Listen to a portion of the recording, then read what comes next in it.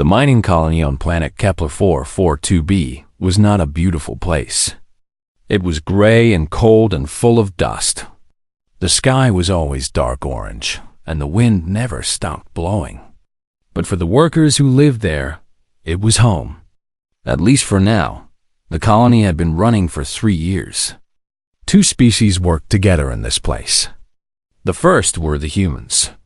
They came from Earth, a small blue planet far away. The second were the Varth. They were tall reptile-like creatures with green scales and yellow eyes. They stood almost 8 feet tall and had claws on their hands and feet.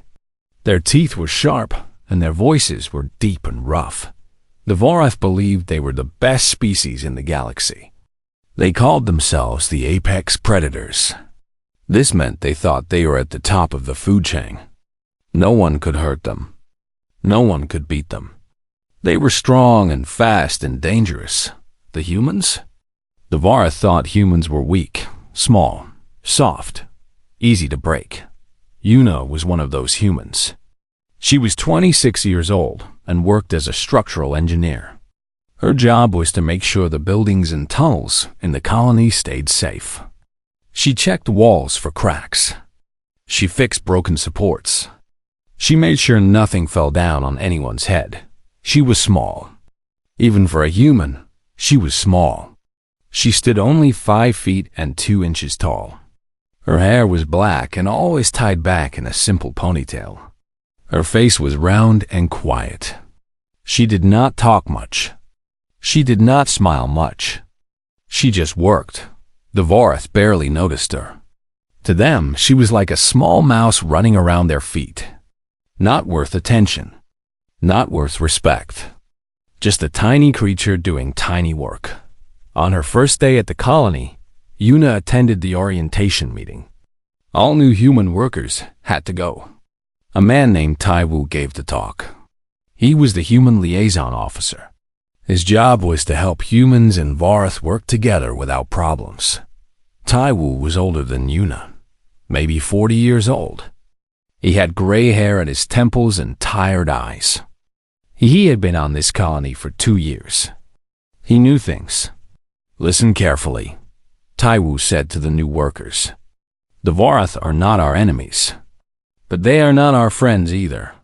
They see us as useful tools. Nothing more. He paused and looked at each person in the room. To them, we are prey animals who happen to be clever. They think we are weak because we are small.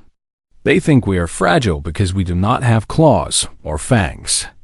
They tolerate us because we are good at building things and fixing things. But they do not respect us. A young woman raised her hand. What should we do? Simple, Taiwu said. Do not challenge them. Do not argue with them. Do not try to prove yourself. And most importantly, do not show fear. Why not? Another worker asked. Taiwu's face became serious. Because they find fear exciting. It triggers something in their hunter brains. If you act scared, they will enjoy it too much. They might decide to play with you. The room was silent. Just do your work, Taiwu continued. Keep your head down.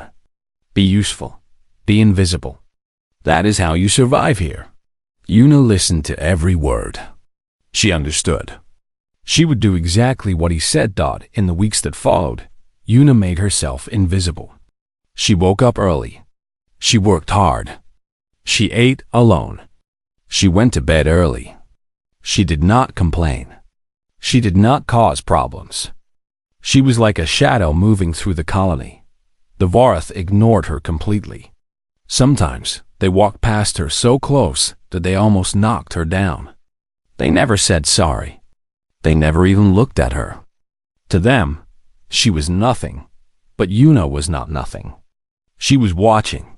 She watched how the Varth moved. She watched how they talked to each other. She watched how they treated the other species on the station. She saw their pride. She saw their confidence. She saw how certain they were that no one could ever challenge them. And she saw something else too. She saw their carelessness. The Varth were so sure of their own strength that they stopped being careful. They did not watch their backs. They did not think about danger. Why would they? They were the apex predators. Nothing could hurt them. Yuna filed this information away in her mind. She did not know why. She just felt like it might be important someday. She made one friend on the station. Her name was Jisoo. Jisoo was a botanist. She studied plants and tried to grow food in the colony's greenhouse.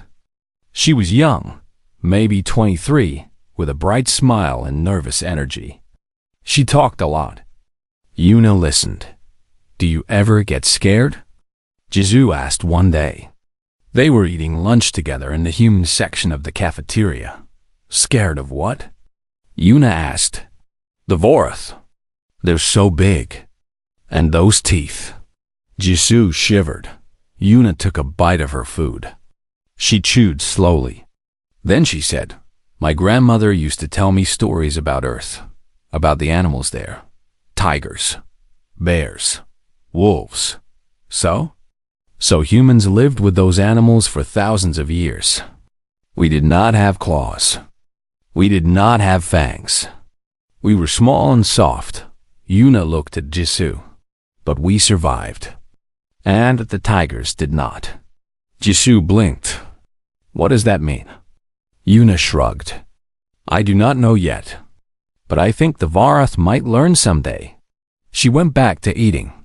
Jisoo stared at her for a long moment, then shook her head and changed the subject. Outside the cafeteria window, the orange sky of Kepler 442b stretched on forever. The wind howled against the walls. And somewhere in the darkness beyond the colony lights, something was watching. Something hungry? But that is a story for later. The attack came on a Tuesday. At least, it was Tuesday, according to Earth time. The colony kept Earth schedules to help the humans feel normal. The Vorath did not care about days or weeks. They only cared about work and rest. Yuna was in Cargo Bay 7 that morning. A supply ship had arrived the night before, and everyone was helping to unload the containers.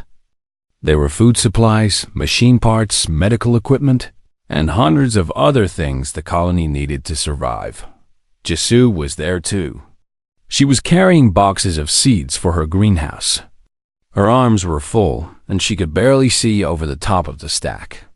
"Let me help you," Yuna said. "Thanks," Jisoo smiled. "These are heavier than they look." They walked together toward the storage area. The cargo bay was loud and busy. Humans and Vorath moved back and forth, carrying boxes and pushing carts.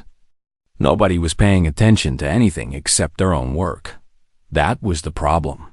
Nobody saw the creature until it was too late. The Kravik had hidden inside one of the cargo containers. It was a predator native to Kepler 442b. The colonists knew about these creatures. They were supposed to stay outside the walls. The security team was supposed to keep them out. But somehow, this one had gotten in. A Kravik was a nightmare made of muscle and teeth. It had 6 legs, each one ending in sharp claws. Its body was low to the ground, like a giant lizard mixed with a spider. Its head was mostly mouth, filled with rows of teeth that could bite through metal. It weighed about 300 pounds and could move faster than any human could run. The creature burst out from behind a stack of crates. It made no sound. Predators that make noise do not catch their prey. Someone screamed. Then everyone screamed. The cargo bay turned into chaos. Workers dropped their boxes and ran in every direction. The Vorath security officers reached for their weapons, but the creature was already moving. It was too fast, too hungry. The Kravik's eyes locked onto Yuna and Jisoo. They were the closest. They were the smallest. Easy targets, thought it charged. Yuna saw it coming. Time seemed to slow down. She could see every detail of the creature. Its black eyes. Its wet teeth. The way its claws scratched against the metal floor as it ran. She heard Jisoo drop her boxes. She heard her friend start to scream. And then she saw something else. A Vorath officer named Drac was running toward them. But he was not running to help. He was running to escape. The exit door was right behind Yuna and Jisoo. Drac did not slow down. He did not try to fight the creature. He did not try to protect the small humans in his path. He just wanted to get out. His massive arm hit Yuna in the shoulder. The force of his push sent her spinning through the air. She hit the ground hard and rolled across the metal floor. For 1 second, she lay there stunned. The Kravik was 5 feet away from Jisoo. Her friend had fallen down and was trying to crawl backward. The creature opened its mouth. Rows of teeth gleamed under the cargo bay lights. Something snapped inside Yuna. Later, people would ask her what she was thinking in that moment. She would not have a good answer. She was not thinking. She was just moving. Her body moved before her brain could catch up. She rolled to her feet in one smooth motion. Her legs pushed her forward. Her hands reached out. The Kravik jumped toward Jisoo. Yuna grabbed it in midair. Her fingers closed around the creature's hard body. She felt its rough skin scraping against her palms. She felt its weight trying to pull her down. It was heavy. So heavy. But Yuna did not fall. Instead, she did something impossible. She turned her hips. She shifted her weight. She used the creature's own speed against it. And then she threw. The Kravik flew across the cargo bay. It was not a short throw. The creature sailed through the air for almost 30 feet before it hit a shipping container. The metal bent and cracked from the impact. The sound was like thunder. The Kravik fell to the ground. It was dazed but not dead. It tried to stand up, shaking its head, confused about what had just happened. Yuna did not give it time to recover. She ran toward it. Her feet pounded against the floor. Her heart was beating so fast she could hear it in her ears. Her vision had narrowed until she could only see one thing. The creature. The threat. She reached the Kravik just as it got back on its feet. Her fist came down like a hammer. She hit it in the head. Once. The creature stumbled. Twice. Its legs buckled. 3 times. It fell. The Kravik lay still. Its eyes were open, but empty. It was not dead, but it was not getting up anytime soon. Yuna stood over it, breathing hard. Her knuckles were bleeding. Her whole body was shaking. She could feel her heart trying to break out of her chest. The cargo bay was completely silent. Everyone was staring at her. The humans. The Vorath. Everyone. Yun looked down at her hands. They were covered in blood and strained fluid from the creature. She did not feel pain yet. The adrenaline was still pumping through her body. She looked up. Drac was standing near the exit door. He had frozen in place when the Kravik hit the container. He was still frozen now, his yellow eyes wide with something Yuna had never seen on a Vorath face before. Fear. "You pushed me," Yuna said. Her voice was quiet, calm, almost gentle. Drac did not answer. He could not answer. His mouth opened and closed, but no words came out. Yuna stared at him for a long moment. Then she turned away and walked toward Jisoo, who was still sitting on the floor, tears running down her face. "Are you okay?" Yuna asked softly. Jisoo nodded. She could not speak. Yuna helped her stand up. Around them, the cargo bay slowly came back to life. People started moving again. Someone called for medical help. Someone else called for security. But nobody came near Yuna. Not yet. They were all too shocked by what they had just seen. Small human woman had thrown a 300-pound predator across the room. Then she had beaten it into the ground with her bare hands. The galaxy was about to learn something important about humans. They were not prey. They had never been prey. The video spread across the station within hours. Someone had been recording when the Kravik attacked. They had captured everything. The creature charging. Drac pushing Yuna aside. And then the impossible moment when a small human woman grabbed the monster out of the air and threw it like a toy.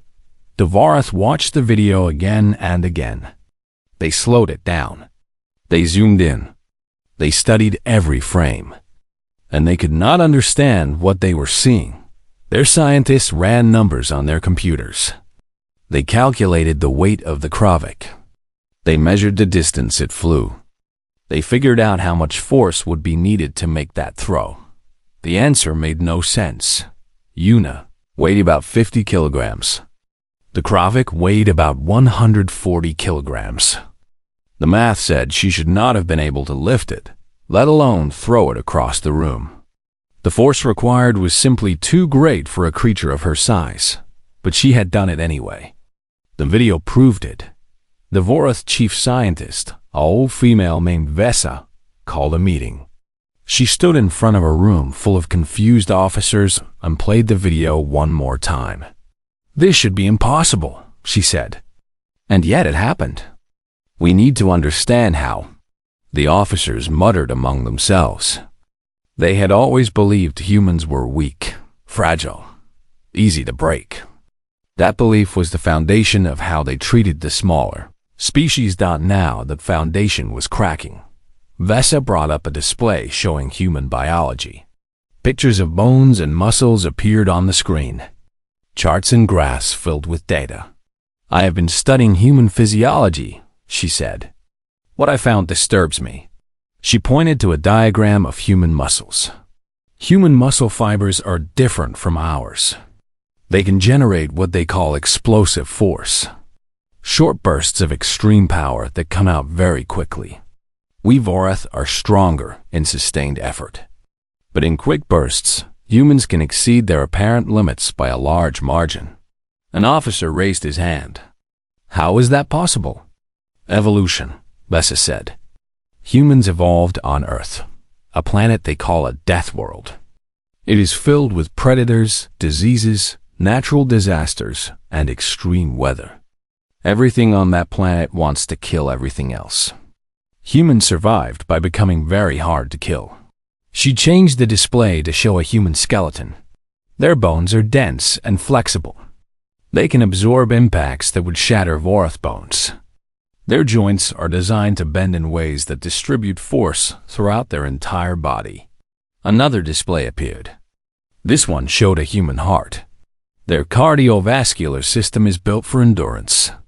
Humans can run for hours without stopping. On their home planet, they used to hunt by simply chasing prey until the prey collapsed from exhaustion. They call this persistence hunting. The room was getting quieter. The officers were starting to look uncomfortable.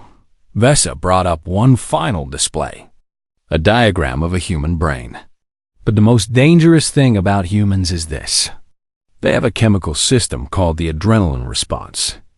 In moments of extreme danger, their bodies release chemicals that temporarily remove their safety limits. Safety limits? An officer asked. Yes, all intelligent species have mental blocks that prevent us from using our full strength. This protects our bodies from damage. We cannot easily tear our own muscles or break our own bones because our brains stop us.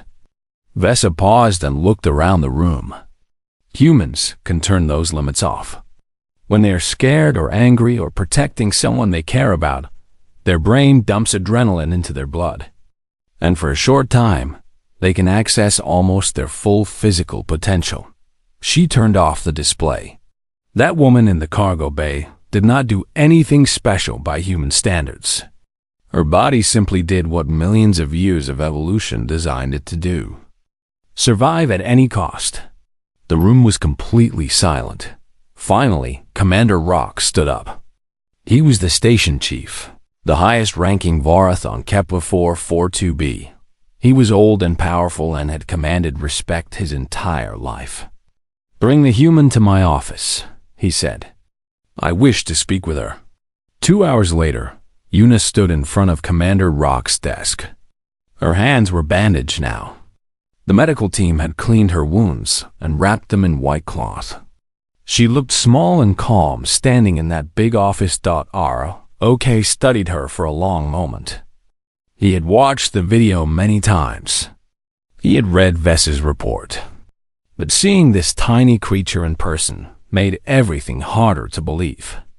We reviewed the footage, Rock said finally. We believed humans required protection. Yuna nodded slightly. We do sometimes, but not from predators like the Kravik. No, Yuna agreed. Not from those. Rock leaned forward in his chair. His yellow eyes were intense. Why are humans really? He asked. We thought we understood your species. We thought you were clever prey animals. Useful, but weak. Now I am not sure what you are. Yuna thought about the question for a moment. Then she spoke. Earth tried very hard to kill us, she said. For millions of years, everything on our planet hunted us. Ate us, infected us, poisoned us. We had no claws, no fangs, no thick skin. We were small and soft, just like you said. She paused. But we survived. We got stubborn about it. We learned to use tools. We learned to work together. We learned to fight back. Eventually, we became the most dangerous thing on our planet. The predators that used to hunt us? They are mostly extinct now. We killed them, or we put them in cages. Rock was silent. Humans are not prey, Commander. We just learn how to act like prey when it is useful. We smile and cooperate and make ourselves helpful. We let other species think they are stronger than us. It makes life easier. Fewer fights. And when you cannot avoid a fight. Yuna's eyes met his. Something old and dangerous flickered in those dark brown eyes.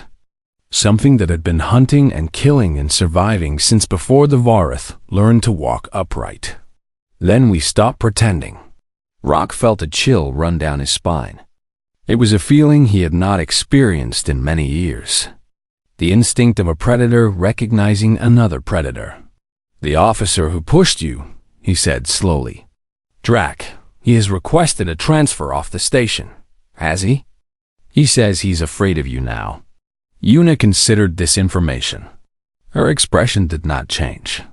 Good, she said. Then she turned and walked out of the office, leaving Commander Rock alone with his thoughts and a terrible new understanding of the species he had been underestimating for 15 years.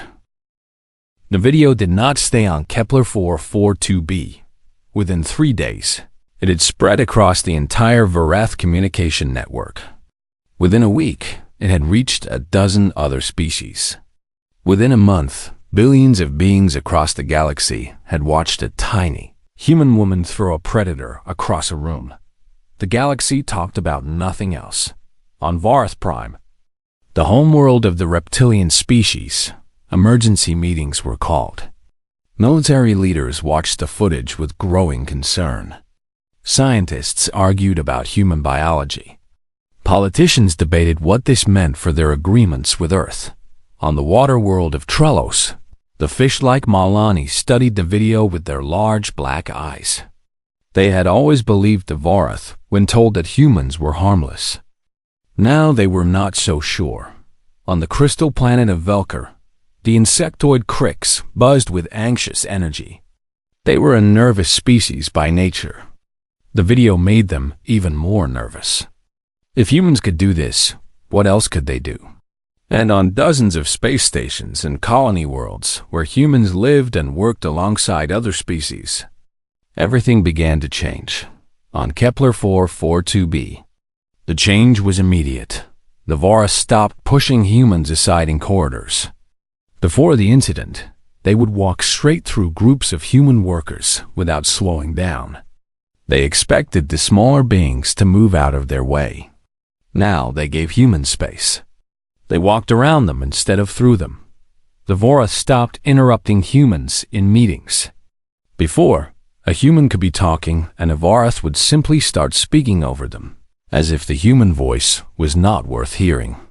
Now they waited. They listened. They let humans finish their thoughts. The Varath stopped making jokes about human weakness. Before, They would laugh about how fragile and soft the little earth creatures were. Those jokes disappeared overnight. Nobody wanted to be the one saying humans were weak when everyone had seen what Yuna did. Taiwu noticed the change first. He had been the liaison officer for 2 years. He knew how the Vorath behaved. And suddenly, they were behaving differently. "Something is happening," he said to Yuna one evening. They were sitting in the human recreation room, a small lounge with comfortable chairs and a window showing the orange sky outside. "What do you mean?" Yuna asked. "The Vorath. They are being polite. Actually, polite. A Vorath officer held a door for me today. That has never happened before." Yuna sipped her tea and said nothing. Jisoo was there too, along with Minji, the station's human doctor. Minji was a calm woman in her 30s, with steady hands and kind eyes. She had treated Yuna's wounds after the incident. "They're scared," Minji said simply. "I can see it when they come to the medical bay. They look at me differently now. Like they are wondering what I might do if they make me angry." "Should they be scared?" Jisoo asked. Everyone looked at Yuna. She was the one who had changed everything. The small, quiet engineer who had been invisible for months. Yuna thought about the question. She thought about her grandmother's stories. She thought about human history, filled with wars and violence and terrible things done in the name of survival. "Humans have always been able to do what I did," she said finally. "It is not special. It is just biology. When we are threatened, when people we care about are in danger, our bodies unlock something old and powerful. Something that kept our ancestors alive when everything else wanted them dead." She looked at her bandaged hands. "We learned to control it, to lock it away most of the time. Because if we did not, we would destroy everything around us, including ourselves. So why did you never tell anyone?" Taiwu asked. "Would you have believed us?" The Vorath were so sure they were the apex predators of the galaxy. They did not want to hear that the little soft humans might be dangerous. So we let them believe what they wanted to believe. It was easier. And now? Yuna shrugged. Now they know. And they do not know what to do with that information. Outside the station, the wind continued to howl. But inside, a new understanding was forming. Not just on Kepler-4 42b, but across the galaxy. Humans had arrived on the galactic stage just 15 years ago. They had been welcomed as a minor species, clever but weak, useful but fragile. The older species had treated them like children, like pets, like prey that happened to be good at making things. That treatment was ending. The Galactic Council sent messages to their member species. The messages contained updated assessments of human capabilities. These assessments were very different from the old ones. Human endurance, superior to all known species. Human adaptability, highest rating on the standard scale. Human strength under stress, severely underestimated. Revision required. Human threat level, unknown. Requires further study. The last line was the most alarming. The Council had categories for every species in the galaxy. Peaceful, defensive, aggressive, dangerous. But for humans, they had no category. They simply did not know what humans were capable of, and that was more frightening than any specific threat. On Kepler-4 42b, life continued. The colony still needed work done, or still needed to be mined. Buildings still needed to be maintained. Humans and Vorath still worked together, but everything felt different now. When Yuna walked through the corridors, the Vorath noticed her. Not with dismissal, like before. With attention. With caution. With something that looked almost like respect. She was still small. Still quiet. Still the same woman who had been invisible for months. But now everyone knew what she could do. And more importantly, they wondered what else the humans might be hiding in the human quarters that night. Minji raised a cup of tea in a toast. "To Yuna," she said. for reminding the galaxy that we were never prey. The others raised their cups. We were always predators, Taiwu added. We just learned to wear a mask, to make ourselves look harmless, because that is what kept us safe. And now? Jisoo asked. Now the mask has slipped, Yuna said quietly, and the galaxy is watching to see what we do next. She looked out the window at the dark orange sky. I hope they make wise choices. The words hung in the air like a warning, or maybe a promise. 6 months passed after the incident in Cargo Bay 7. The seasons changed on Kepler 442b, though the sky stayed the same dark orange color. The winds grew colder. The days grew shorter.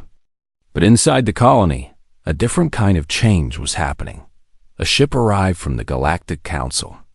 It was a large vessel, painted white and gold, carrying important people from far away. The humans watched it land from the windows of their quarters. What is this about? Jisoo asked. Taiwu had received a message earlier that morning. His face was serious, but his eyes showed something like excitement. They are here to renegotiate the treaty, he said. The partnership agreement between humans and the Vorath. Why now? Because of what happened. Because of the video. Because the galaxy finally realized that they do not understand us. The original treaty was 15 years old. It had been written when humans first joined the galactic community. Back then, Earth was considered a primitive backwater planet. Humans were seen as newcomers who needed guidance and protection. The treaty reflected that view. Under the old agreement, humans were classified as a protected species. They were junior partners in everything. They needed Vorath approval for major decisions. They had limited voting rights in galactic matters. They were treated like children who might eventually grow up to be useful. The Vorath had accepted humans into space as an act of charity. Or so they told themselves. Now everything was different. The council delegation met with representatives from both species. The meeting took place in the station's main conference room. Commander Rock sat on one side of the table. Taiwu sat on the other. Council members filled the seats between them. The lead negotiator was a Marlani named Deep Current. He was a fish-like being with silver scales and large, thoughtful eyes. The Marlani were known for being fair and careful. They made good diplomats. We have reviewed the situation, Deep Current said in his bubbling voice. We have studied human biology. We have watched the recordings. We have consulted with our scientists and our military advisors. He paused and looked at both sides of the table. The original classification of humans as a protected species was based on incomplete data. We believed humans were fragile because they are small. We believed they needed protection because they have no natural weapons. These beliefs were wrong. Commander Rock shifted in his seat but said nothing. Humans evolved on what your scientists call a Category 12 death world. For reference, most inhabited planets are Category 3 or lower. The Vorath homeworld is Category 7, which we considered extreme. He brought up a display showing Earth, blue oceans, green continents, white clouds. It looked peaceful from space. This planet has produced more extinct species than any other known world. Its climate changes constantly. Its surface is covered with active volcanoes, earthquake zones, and massive storms. Its oceans contain predators that could swallow a Vorath whole. And its diseases have killed billions of its own dominant species. The display changed to show human history. Wars, plagues, natural disasters. Survival against impossible odds. Humans did not survive this planet by being weak. They survived by being adaptable, intelligent, cooperative, and when necessary, extremely violent. They hunted their predators to extinction. They survived ice ages. They spread to every corner of their world, from frozen wastelands to burning deserts. Deep Current turned off the display. The Galactic Council formally revises its classification of humanity. Humans are granted full partnership status with all rights and responsibilities that status carries. The room was silent. This means equal voting rights in galactic matters. Deep Current continued. Equal territorial claims. Full integration into military command structures. Humans will no longer need approval from other species to make decisions for themselves. Commander Rock finally spoke. We accept these terms. Taiwu blinked in surprise. He had expected more argument, more resistance. But the Varath commander simply nodded as if this outcome was obvious. Later, after the ceremony was complete and the documents were signed, Commander Rock approached Yuna. She had been watching from the back of the room, quiet as always. I have a question, he said. If you will answer it. Yuna looked up at him. I will try. Your people have been among us for 15 years. You have been treated as inferiors, dismissed, mocked, pushed aside. He paused, choosing his words carefully. Why did you not show us your true nature sooner? Why did you let us believe you were weak? Yuna considered the question for a long moment. When she spoke, her voice was calm and clear. Because we were watching, she said. Learning. Figuring out who was worth trusting and who was not. Humans learned a long time ago that being underestimated can be useful. If your enemies think you are weak, they do not prepare for your strength. Were we your enemies? We did not know yet. We were waiting to find out. Rock felt that cold feeling again. The one he had felt in his office months ago. The instinct that told him he was standing before something dangerous. And now? He asked, Have you decided? Yuna's expression softened slightly. It was almost a smile, but not quite. The Varath made mistakes, she said. You looked down on us. You pushed us aside. You thought we were nothing. But when it mattered, you did not try to harm us. You just ignored us. That is not the worst thing a species can do. She looked around the room at the mixed crowd of humans and Varath and council members. We keep a list, she continued. All humans do, even if we do not talk about it. A list of species who treated us fairly and species who did not. Species we can trust and species we cannot. Rock waited. Congratulations, Commander. The Varath made the list. The good list. And what happens to species on the bad list? Yuna's almost smile faded. Her dark eyes grew serious. Hopefully nothing. Hopefully, we never have to show anyone what humans do when we stop being polite. When we stop pretending. When we let the masks fall away completely. She started to walk toward the exit, then stopped and looked back. We are not monsters, Commander. We do not start fights. We do not enjoy violence. We just want to live in peace and build good lives for ourselves and our families. But we remember. We always remember. Every insult. Every act of cruelty. Every time someone pushed us aside or treated us like prey. We file it away in our minds and we wait. She turned away. Be glad you made the good list, Commander. Be very glad. Then she walked out of the room, leaving Commander Rock standing alone with a new understanding of humanity. They were not the simple, fragile creatures the galaxy had believed them to be. They were survivors of a death world, wearing masks of civilization, watching and waiting and remembering, and the galaxy would never look at them the same way again. Outside the station, the wind howled against the walls. The orange sky stretched on forever. And somewhere in the vastness of space, billions of beings were learning a simple truth. Humanity had arrived. And they were not prey. They had never been prey.